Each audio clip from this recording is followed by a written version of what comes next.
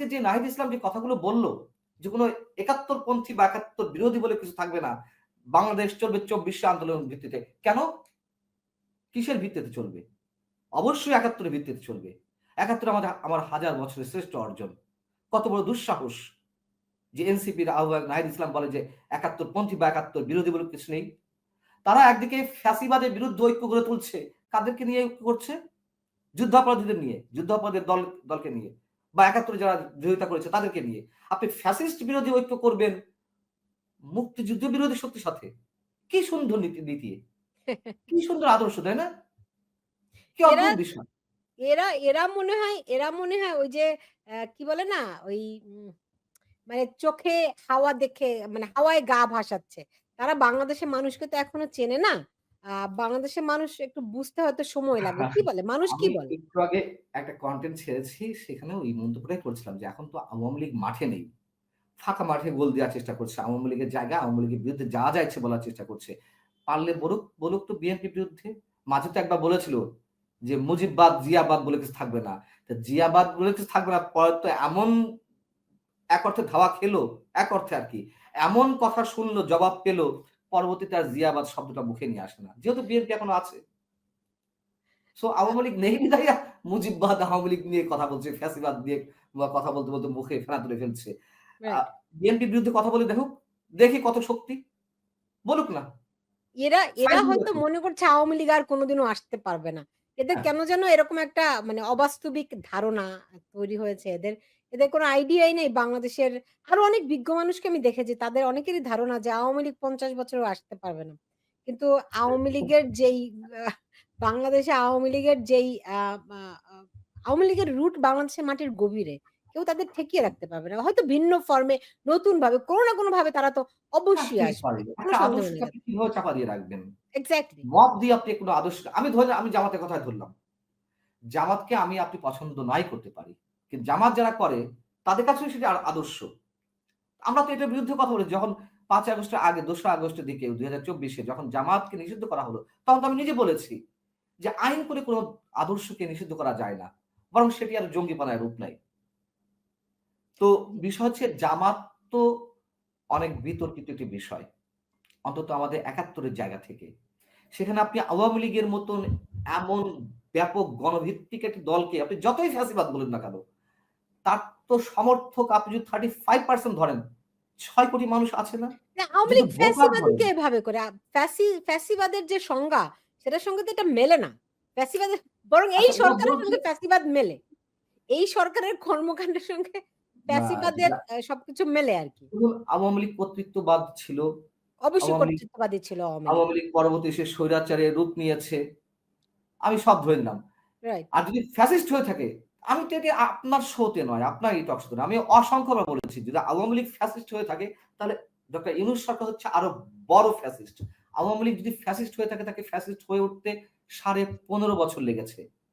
আর এই সরকার ১ বছরের মধ্যে তার অনেক কিছু আওয়ামী লীগ যা করেছে, নেগেটিভ যা করেছে, তার সবকিছুকে ছাড়িয়ে গেছে ১ বছরে।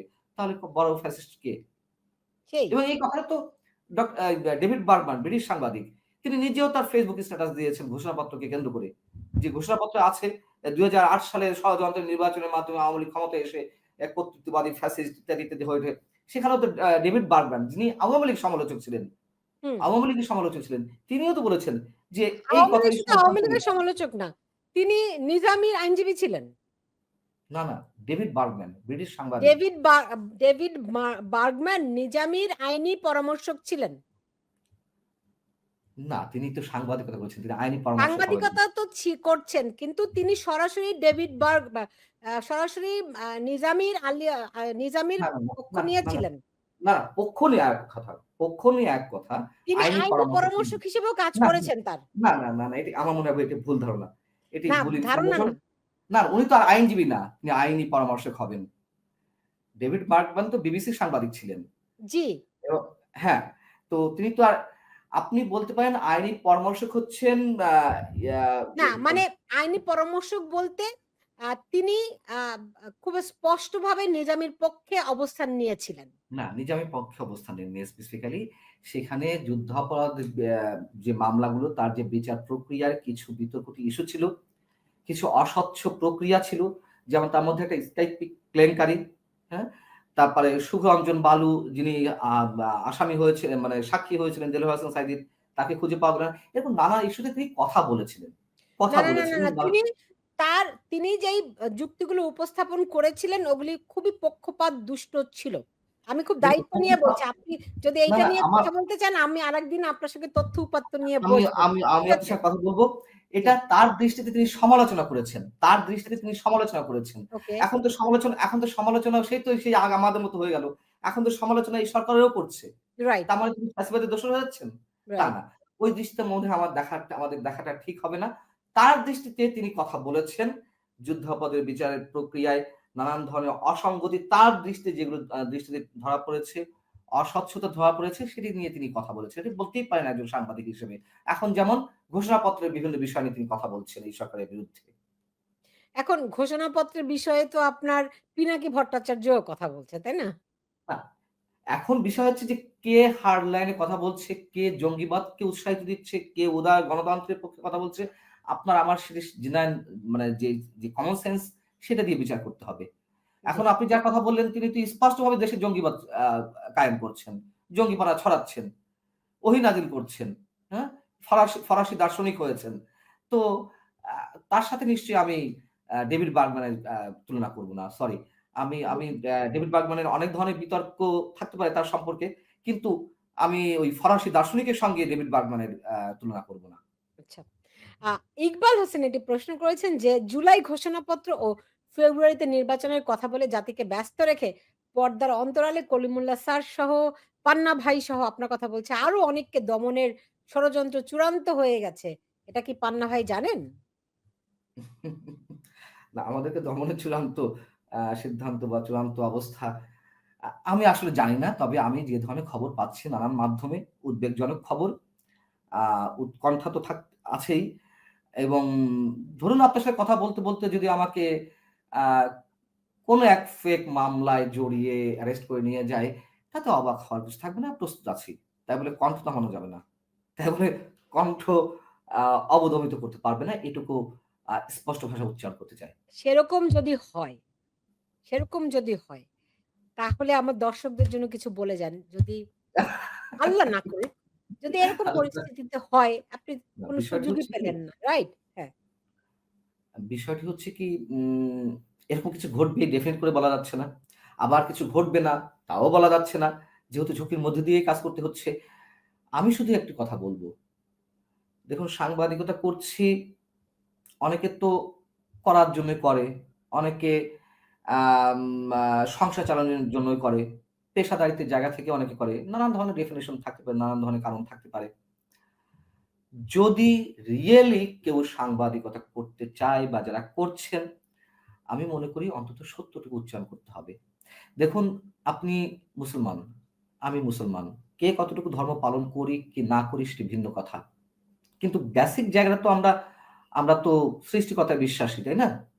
এবং আমি তো এটুকু মনে করি যে সৃষ্টিকর্তার ইশারা ছাড়া কোন কিছুই সম্ভব না। আর মৃত্যু সে তো অবধারিত। যে আপনার সাথে কথা বলছি, কথা বলতে তো আ আমি যে লাইনটা ডিসকানেক্ট করব, লাইভের মধ্যেই তো দেখা যেতে পারে যে আমি হার্ট অ্যাটাক করে মারা যাচ্ছি। আপনার সামনেই হয়তো আমি হার্ট অ্যাটাক করে মারা যাচ্ছি। হতে পারে না? অস্বাভাবিক কিছু না। মাঝে একটা ফেসবুকে একটা ভিডিও ভাইরাল হলো না? যে একজন সরকারি অফিস কর্মকর্তা তিনি চেয়ার থেকে উঠতেই লুটিয়ে পড়লেন। সো মৃত্যু কার, কখন, কোথায় হবে এটা কেউ বলতে পারে না। আমি মৃত্যুর সঙ্গে এইজন্য এক্সাম্পল দিচ্ছি। আর আটক, অ্যারেস্ট এগুলো কোন ছাড়? এগুলো কিছুই না। তো যদি মৃত্যুও আসে, সত্য উচ্চারণ করতে হবে। আমি একমাত্র সৃষ্টিকর্তাকেই ভয় পাই। তার উপরে ভরসা করে চলি। আমার নীতি, নৈতিকতা, সততার উপরে ভরসা করে চলি এবং ওটাই আমার পুঁজি।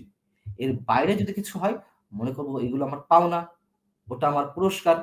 এবং শুধু আমি কেন, শুধু আপনি কেন, অন্তত আমাদের সাংবাদিকরা দালালি তো করেছে। আওয়ামী লীগের সময় দালালি করেনি? অবশ্যই করেছে। এখন দালালি করছে না? অবশ্যই করছে। এখন দালালি তো আরো বেশি বেড়েছে। সেম সিনারিও তো। আওয়ামী লীগের সময় কিছু মানুষ হাত কচলাতে প্রধানমন্ত্রীর সামনে, সাবেক প্রধানমন্ত্রীর সামনে যে ধরনের বয়ান দিত, আমাদের তো লজ্জায় মাথা হেট হয়ে আসতো। এখন কি তার চেয়ে কম হচ্ছে? এই ১ বছরের মধ্যে কত ধরনের সাংবাদিক তারা পুরস্কৃত হয়েছে। কোথায়, কোথায় পোস্টিং নিয়ে কোথায়, কোথায় কে গেছে আমরা জানি না। কে কোন স্টেশনে কার পদের জায়গায় কে ঢুকছে আমরা জানি না। কাকে, কাকে বিতাড়িত করা হচ্ছে। আমি আপনাকে বলি, আমি আমাকে দিয়ে বলছি। আওয়ামী লীগের শেষ ১০ বছর আমাকে বিভিন্ন গোয়েন্দা সংস্থা কাজ করতে দেয়নি। বিভিন্ন স্টেশনে। কোথাও, কোথাও গেছি ৬ মাস ১ বছরের বেশি কাজ করতে পারিনি। কেন ওই যে একটা এক্সাম্পল দিচ্ছিলাম ১ম এ? একটা এক্সাম্পল দিচ্ছিলাম যে কেন প্রধানমন্ত্রীর জন্মদিনের বিষয়টা আমি মানে ১ নম্বরে নিয়ে আসিনি। তাও আমি ৪ নম্বরে শিরোনাম করেছিলাম। ৪ নম্বরে। কেন ১ নম্বরে করিনি? এটা বিশেষ একটা গোয়েন্দা সংস্থার জেরা মুখে পড়তে হয়েছিল। তারা আমার সবকিছু নিয়ে আমার ওই স্টেশন আমি তখন চিফ নিউজ এডিটর এর দায়িত্বে। ওই টেলিভিশনের মালিক কর্তৃপক্ষের কাছে দিয়ে এলো। আমাকে বলা হলো যে, "আপনি এটা কেন করলেন?" আমি কেন করলাম? আমি একজন জার্নালিস্ট, আমি একজন নিউজ পারসন। আমার কাছে যেটা মনে হয়েছে, কোনটা নিউজ কোনটা না। হয়েছে তো? আচ্ছা, এই সরকারের সময় আবার আমি যে টেলিভিশনে ঢুকেছিলাম এডিটোরিয়াল পোস্টে, সেখানে বলা হলো ওই যে ফরাসি দার্শনিক, ওই যে আমেরিকান দার্শনিক, তাদের একটা টক শোতে বলা হলো যে, "ফ্যাসিবাদের দোসর অমুক মঞ্জুর আলম পান্নাকে যদি বিতাড়িত না করা হয়, তাহলে আমরা পরবর্তীটা আ আমরা দেখব। তখন মব ভায়োলেন্স করবে।" তো বিষয় হচ্ছে যে এটা চাকরি খাওয়া নয়। আমাকে কিন্তু ওই স্টেশন চাকরি ছাড়তে বলেনি। আমাকে শর্ত দিয়েছিল, আমি সেই শর্ত মানিনি। আমাকে অপশন দিয়েছিল যে হয় এটা তুমি থাকো বাট এটা করতে হবে। আমি বলছি, "নো, প্রশ্নই ওঠে না কোন ধরনের আপোস করার।" কি করতে বলেছিল আপনাকে? এটা বলতেই হবে। না, তা না। বলার মতো হলে বলতে আচ্ছা, পারেন। মনে করুন ওইখান থেকে ওই টক শো থেকে এই যে সব দার্শনিকরা, বিদেশি দার্শনিকরা বলছিল যে আমি কোন কাজ করি, আমি আসলে সাংবাদিক না। এসব নিয়ে না আসলে না কথা বলতেও ঘেন্না বোধ হয়। সত্য করব না। আমি দাসত্ব করার জন্য আমি যেখানে ফ্রিডম নিয়ে কথা বলছি, আমি তো সেইটা আমি বন্ধ করব না। সো আমি বললাম, "ঠিক আছে, ওকে ফাইন, আমি কুইট করছি।"